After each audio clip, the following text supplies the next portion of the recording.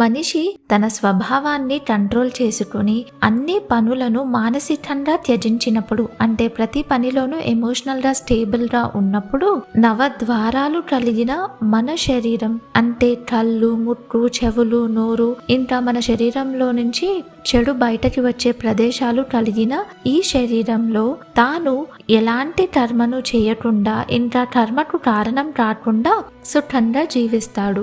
ఇక్కడ సన్యాసం అంటే పనులను మానేయడం కాదు, ఈ పని నేను చేస్తున్నాను అనే అహంకారాన్ని మనసు ద్వారా వదిలేయడం.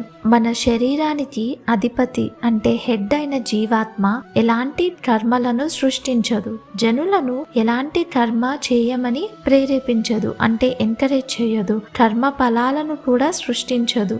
ఇవన్నీ ప్రకృతి స్వభావం వల్లనే జరుగుతుంది. భగవంతుడు ఎవరి పాపాన్ని కానీ పుణ్యాన్ని కానీ తీసుకోడు. మరి మనకు కష్టాలు ఎందుకు వస్తాయి అంటే అజ్ఞానేనావృతం జ్ఞానం, మనలోని జ్ఞానం అజ్ఞానం అనే పొరతో కప్పబడి ఉంటుంది. అందుకే మనం మోహంలో పడి పనులకు మనం బాధ్యులమని అనుకుని బాధపడుతుంటాం. సర్వకర్మాణి మనసా సన్యాస్యాస్తే సుఖం వశి, నవద్వారే పురే దేహి నైవ కుర్వన్న కారయన్, న కర్తవ్యం న కర్మాణి లోకస్య సృజతి ప్రభుః, న కర్మ ఫల సంయూఢం స్వభావస్తు ప్రవర్తతే, నాదత్తే కస్యచిత్ పాపం న చైవా సుకృతం విభుః, అజ్ఞానేనావృతం జ్ఞానం తేన ముహ్యంతి జంతవః.